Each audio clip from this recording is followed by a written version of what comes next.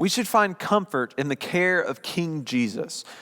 We're coming to another really familiar story here in Matthew chapter 2 because it's part of the Christmas story. It's the wise men coming to see Jesus. But before the wise men come to see Jesus, they go to see another guy, a guy named Herod. Now, Herod is kind of like a pseudo-king of the Jews. He's calls himself a king, but he's not really in charge. The Roman Empire is in charge of them right now, but they're like, okay, you, Herod, you can kind of be in charge and act like you're king and all that stuff. But the wise men come to King Herod and they say, hey, where is this guy that's been born the king of the Jews? Where's this baby that's supposed to be the king of the Jews? And Herod's just like, what? What are you talking about? He freaks out. Why? Because he's supposed to be king of the Jews, and he knows he's not really legitimately king of the Jews. And so if someone who's like legitimately king of the Jews is born, then that threatens his throne, and he's in trouble, and he's freaking out. He's like, okay, where's this kid supposed to be? What? I need to know where he is. And the wise men give him this answer. In chapter 2, verse 5, they told him, in Bethlehem of Judea, for so it is written by the prophet. Now pause there for a second. Again, Matthew is consistently sending us back to the Old Testament and showing us how Jesus is the fulfillment of all the promises and all these stories in the Old Testament. They all ultimately are pointing us forward to where Jesus is now. So these guys are quoting from Old Testament prophets. Here in particular, they're quoting from the Old Testament book of Micah, chapter 5, verse 2.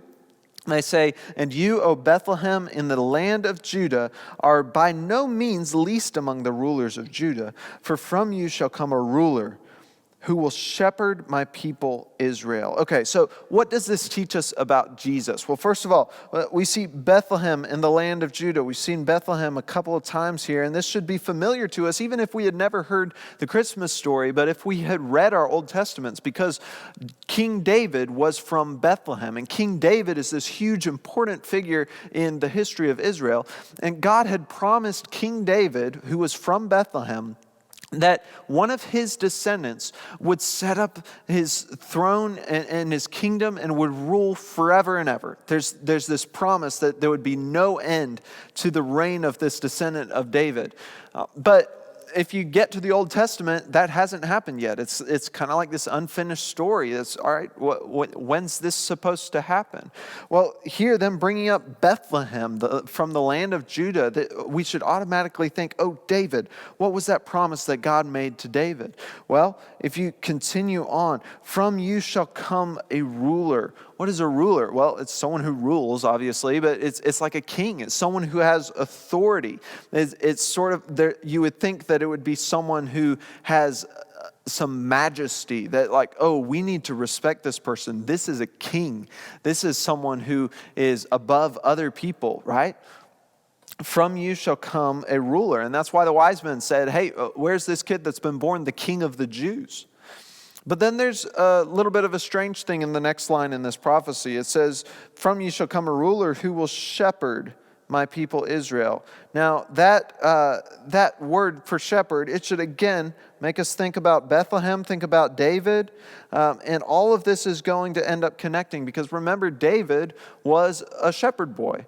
And then God chose him to become the king over Israel. But it's not really necessarily very expected because shepherds are not rulers. Shepherds are not majestic. Shepherds don't have authority. What do shepherds do? Shepherds care for sheep. They guide sheep. They protect sheep.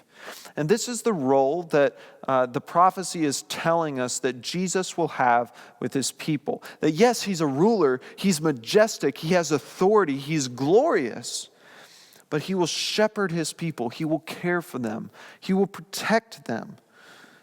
Now, in fulfilling the Old Testament, it seems at first that this is just talking about Israel, but as we've said before, as we go through the book of Matthew, we see that other people are included in this. So we know that Jesus comes as a ruler to rule over all things, but he also comes as a shepherd to care for people of all nations. He comes as a shepherd to care for people like you and me, to care for us, to guide us, to protect us, and ultimately to save us. Jesus is a great glorious king, but he has come to care and protect and to shepherd us. We should find comfort in the care of this great King Jesus.